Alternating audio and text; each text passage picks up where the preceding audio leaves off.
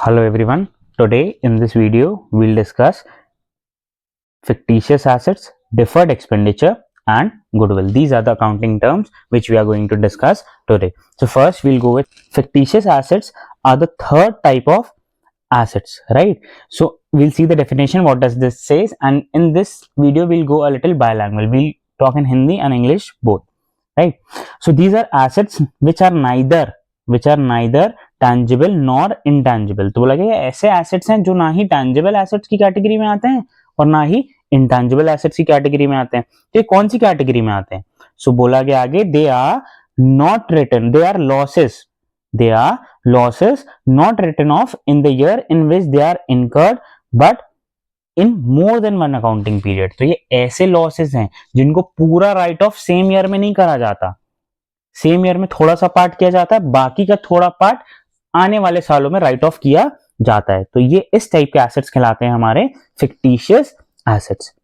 इसके एग्जांपल्स हैं advertisement expenditure, discount और loss on issue of debenture. So after this what definition we can write for fictitious assets?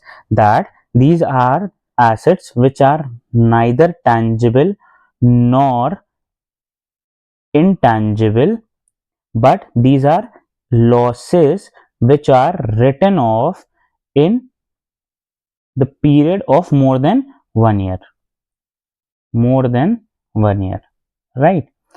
So this is the definition of fictitious assets. We'll understand it much better with an example of fictitious asset, right? And we'll discuss our next term also with that. That is deferred expenditure. Deferred expenditure. Now, what does deferred expenditure means? We'll take advertisement deferred expenditure, right? So in this case, there is a company, Vimal, okay, which hires an actor, Ajay, for its ad. Right. So basically they will get into a contract. दोनों के बीच में क्या होगा? एक contract, एक agreement होगा जिसमें विमल बताएगा कि आपको इस एड में ये चीजें करना है, इतने ड्यूरेशन का एड होगा, राइट. तो अजय का काउंटर क्वेश्चन रहेगा कि ये एड कितने समय तक के लिए चलेगा. बेसिकली एक एड की एक लाइफ होती है जिसके लिए एक्टर को पे किया जाता है, राइट. सो कंपनी बोलती है विमल कि ये 3 इयर्स के लिए चलेगा सर, ये एड 3 इयर्स तक रन होगा टेलीविजन पे. तो अजय अपनी फीस बताता है. अजय अपनी फीस बताएगा 15 crore. I will charge 15 crore for this ad. तो कंपनी बोलेगी okay sir, will pay you that. So company ने ये एक्सपेंस कब किया? करंट ईयर में, है ना. करंट ईयर में कर दिया कितना? 15 करोड़. बट इसका जो बेनिफिट है या जो इससे सेल्स इफेक्ट होगी उस कंपनी की, वो कितने ईयर्स तक होगी बेटा?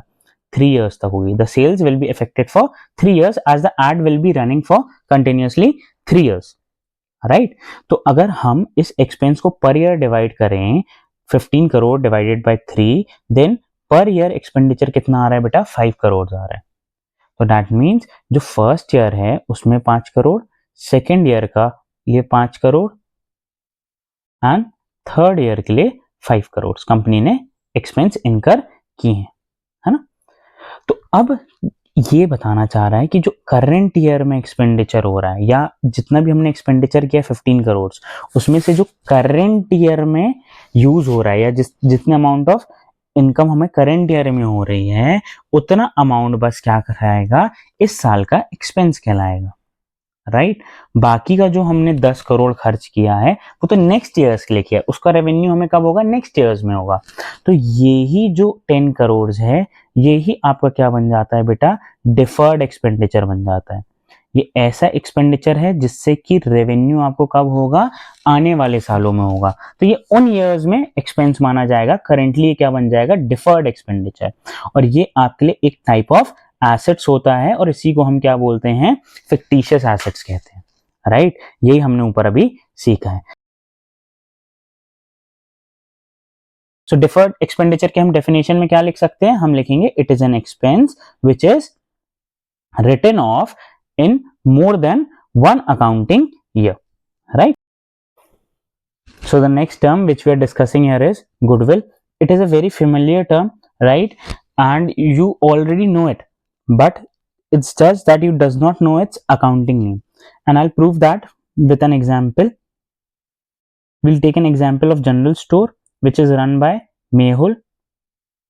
It is a reputed store in your area, बहुत सारी सेल होती है इनकी, आप देखते हो बहुत दुकान चलती है, but Mehul want to sell its business, right? Why? Because you want to shift to USA. In this example, we'll see that Mehul is willing to sell its business and the valuation of business with all the assets is 1 crore, right? But will he sell his business at 1 crore only? Mehul का आप देख रहे हो business बहुत अच्छा चल रहा है, बहुत अच्छा प्रॉफिट है, बहुत सेल होती है, तो क्या मेहुल अपना बिजनेस अपने एसेट्स के वैल्यूएशन में बेच देगा? जो नेक्स्ट पर्सन इसको परचेज करेगा उसको बस आके सीट पे बैठना और क्या कमाना है, सीधे प्रॉफिट, कोई लॉसेस नहीं झेलना, right? So obviously Mehul will charge something, actually suppose he charges 1.5 crore for that, right? So the extra 50 lakh which he is charging is of what? किस चीज के लिए एक्स्ट्रा 50 लाख चार्ज कर रहा है मेहुल? 50 लाख इसलिए चार्ज कर रहा है जो भी उसने मेहनत करी हुई है, जो भी उसने नाम कमाया मार्केट में, जो उसने रेपुटेशन कमाई है ना, उसके वो क्या चार्ज कर रहा है? 50 करोड़ एक्स्ट्रा चार्ज कर रहा है, and this is valid, right? तो ये रेपुटेशन ही को तो हम क्या बोलते हैं? गुडविल बोलते हैं. गुडविल की डेफिनेशन ही यही है, वो कहती है कि it is nothing but reputation of the firm, reputation of the firm in the market. जो फर्म ने रेपुटेशन कमाई है मार्केट में, वही तो क्या कहलाती है बेटा? गुडविल कहलाती है. सिंपल सा था, and I hope you must have understood.